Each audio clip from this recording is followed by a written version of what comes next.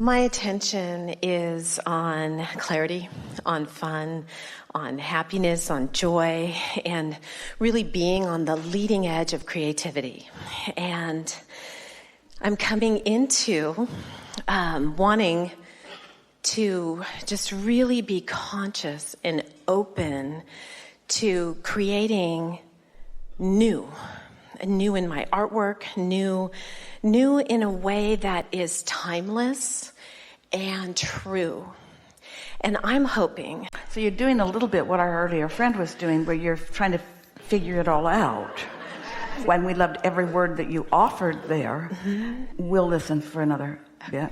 Well, I'm hoping that together we can step forward, because I see and feel where I want to be and go. Do you think that through the work you've been doing, the life you've been living, the people you've been interacting with, do you believe that you have launched these requests into your vortex and that they are there? Yes. And you believe that your inner being knows what each of them is, and that the cooperative components have been gathered, and that they have shaped up to be even more precise and delicious than you just described them.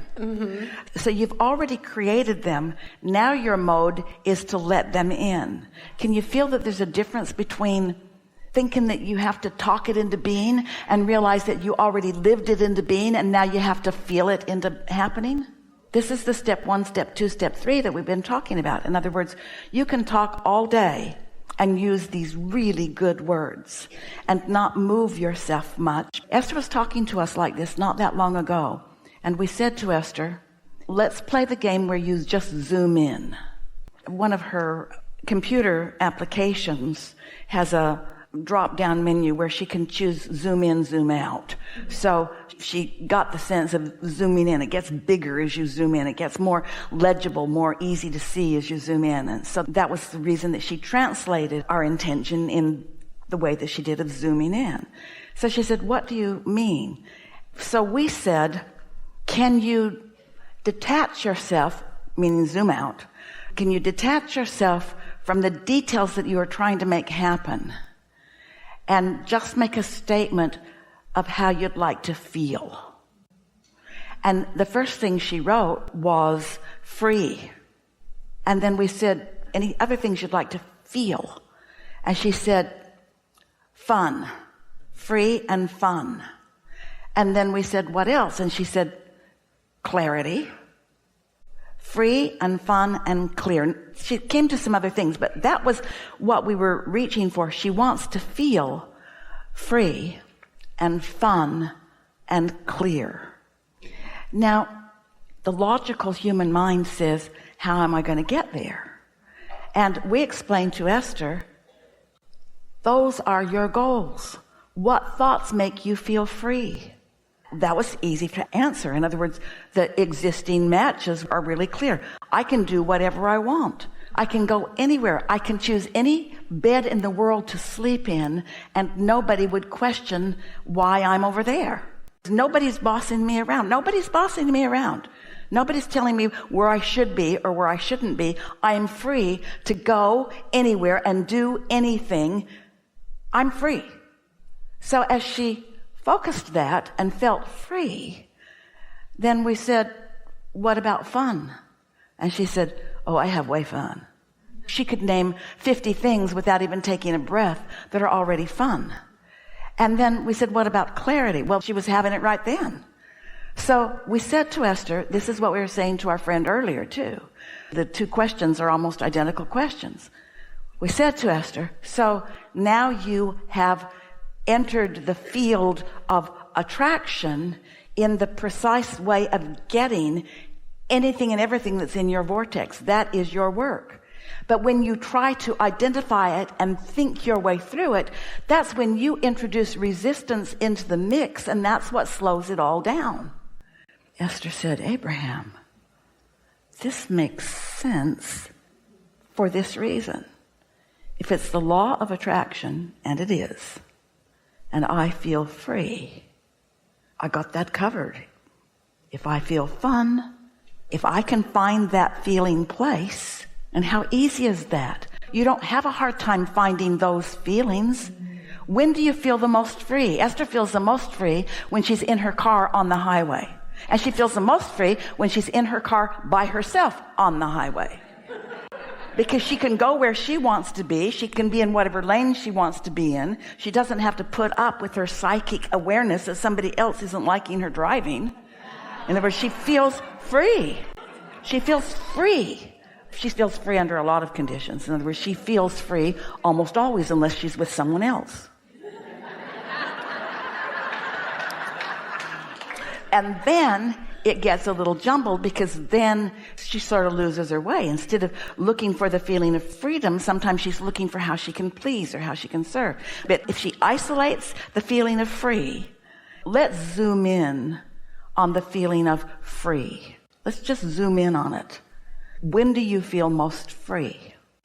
I feel free telemark skiing.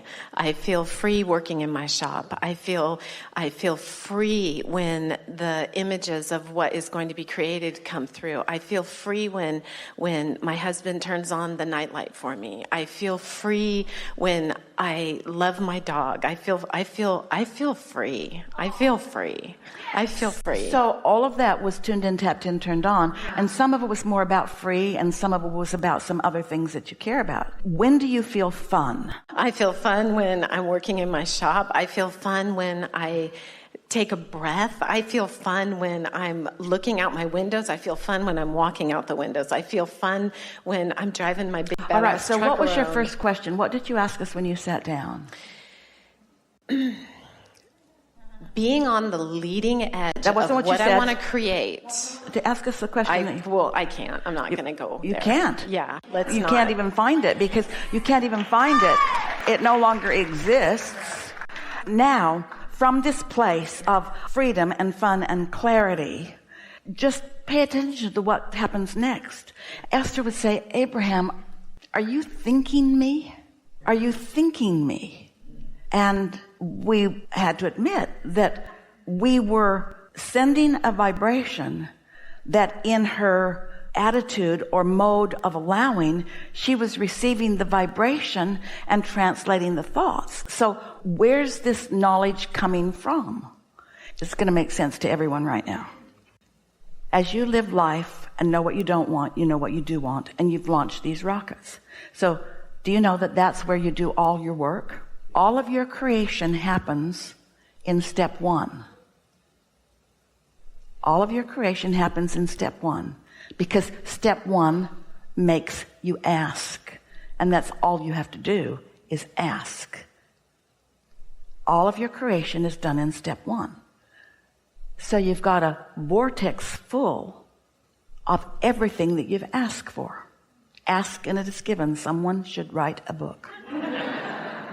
So you did all the work. You lived the life. You launched the rockets. You've asked and it is there. How are you going to access it? You got to feel free. You got to feel fun. You got to feel clarity. You got to get your steps understood. Everything that you will ever want is not in your vortex, but everything that you've wanted so far is. And do you know when you get into that receiving mode where you let it start being revealed to you, it's being revealed. You've just got to get into the mood where you are receiving what's being revealed. With every bit of that, you'll keep launching more. So you just keep feeding this vortex. It just keeps coming more and more, and you just keep receiving it. You see what we're getting at? It's what we were talking about earlier by the 10 wives that are asking. As you just keep asking and asking and asking and asking from the life that you're living, it's happening. But what could we do or say or present to you all to get you to believe that when you want it, it lines up? And you know why you don't believe that yet? Because everything that you say you want doesn't come. And you know why? Because you keep cluttering with your words rather than finding the feeling that will let it in. Step 2 isn't your work, but step 3 is about feeling. Step 3 is about finding the vibrational place that lets you be the receiver of what you're asking for. There's another thing too. This is the biggest part of why so many of you ask and don't think it's coming. Because you keep asking for details rather than asking for the feeling. And when you ask for the feeling, as the details come, they will surprise and delight you. You'll say, oh, I didn't even know I was asking for that, but boy, it sure feels like what I was looking for. Oh, I didn't even know I was asking for that. I didn't even know I was asking for that. I didn't even know I was asking for that. Life just gets better and better and better and better and better. Friends, you have to let yourself be a partner in crime with your inner being. You can't leave your inner being out of the mix. You did your part, you mixed it up and asked, and your inner being did your inner being's part, received, understood, knows, and holds steady a point of attraction that is causing cooperative components beyond Esther's ability to find words to describe it. The cooperative components that are working on your behalf are indescribable, enormous, huge, and readily available. But you gotta be in a good mood. You gotta feel free. You gotta feel fun. You gotta feel clear. And so what's happening is, so many of you, friend over there, you included, you're working so hard to get stuff done, not realizing that you already got it done, and now you got to chill to let what you got done in. You're getting this, aren't you? So what balls it up? We said to Esther, it's one of the first things that one of Jerry's questions caused us to say. We said, if you don't care who gets the credit, you can make a lot happen in this world. What that credit is about caring how it's received by others, which is such a flawed premise, because how do you know whether they're even anywhere near your bandwidth? You really got to be so selfish that it's just you and your inner being. That's freedom. It's you and your inner being thriving, and everybody else right. having their relationship with your thriving. So somebody that doesn't feel free watches you get every single damn thing that you want almost as soon as you say it. Now they got a choice. They can think that's good for you and love you for your happy life, or they can say, bad for me, I'm not getting it. And depending on which way they choose to feel about it, depends on whether your example helps them or doesn't help them, but it's none of your business what they choose. And you know what you all are doing so much of the time? You're trying to make what everybody is doing your business. Esther, for years, she would say, they don't get me, they don't get me. And so she would use all those words to try to get them to get her. People can't get you beyond where they are. So what was your first question again? No, thank you. Just thank you. Thank you. Big stuff unfolding, the surprise and delights. You said something like, whether you said it or not, it was strong within the vibration that you were emitting. You can feel that you're on the cusp of huge, huge things.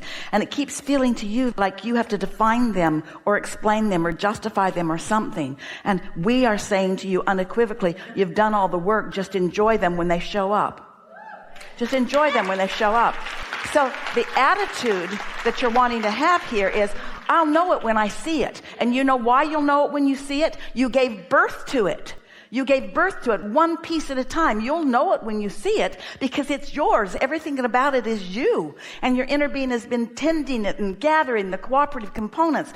And when you realize it and it pours through your art, through your fingertips, through your knowing, through your words, you'll know it when you see it because you gave birth to it a long time ago. Thank you. Yeah. Thank you. Yeah. Really good.